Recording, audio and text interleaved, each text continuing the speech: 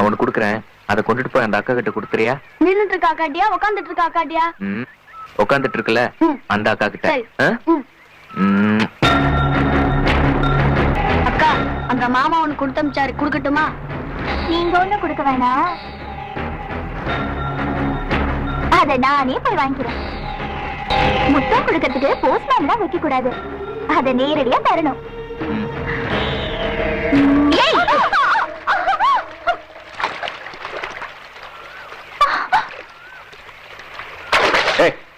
ஏன் அவளை அடிச்ச? கேக்குறேன்ல, ஏன் அடிச்ச? இவ மட்டும் இல்ல, உன் கூட யார் இப்படி பழகினாலும் இதான் நடக்கும்.